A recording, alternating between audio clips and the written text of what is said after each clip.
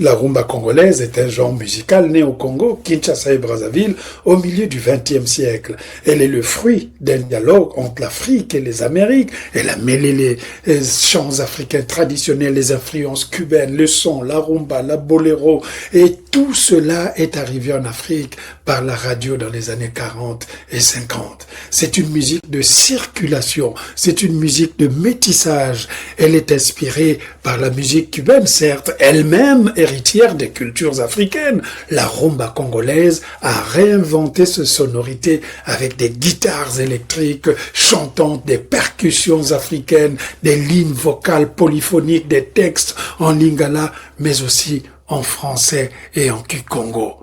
L'architecture même de la rumba est singulière. Il y a d'abord le morceau de la rumba qui se construit souvent en deux temps.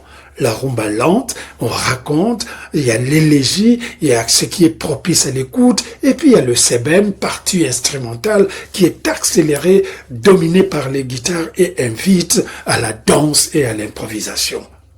C'est aussi une musique urbaine et sociale, contrairement à ce qu'on pense.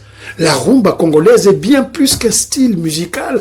Elle raconte l'amour, la ville, la politique, la mémoire coloniale. Elle accompagne les grands moments de la vie, les fêtes, les deuils, les célébrations. Elle façonne l'esthétique, l'élégance même vestimentaire, l'art de la scène et des chorégraphies.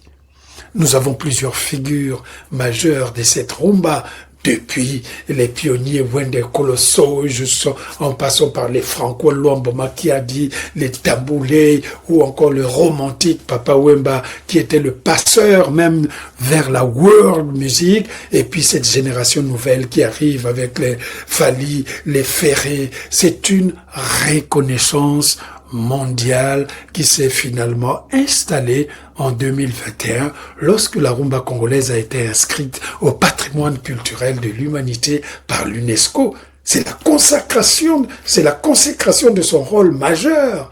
En somme, la rumba congolaise est une mémoire chantée. C'est une philosophie, c'est une musique qui fait danser le corps tout en parlant à l'âme. Partons de cela.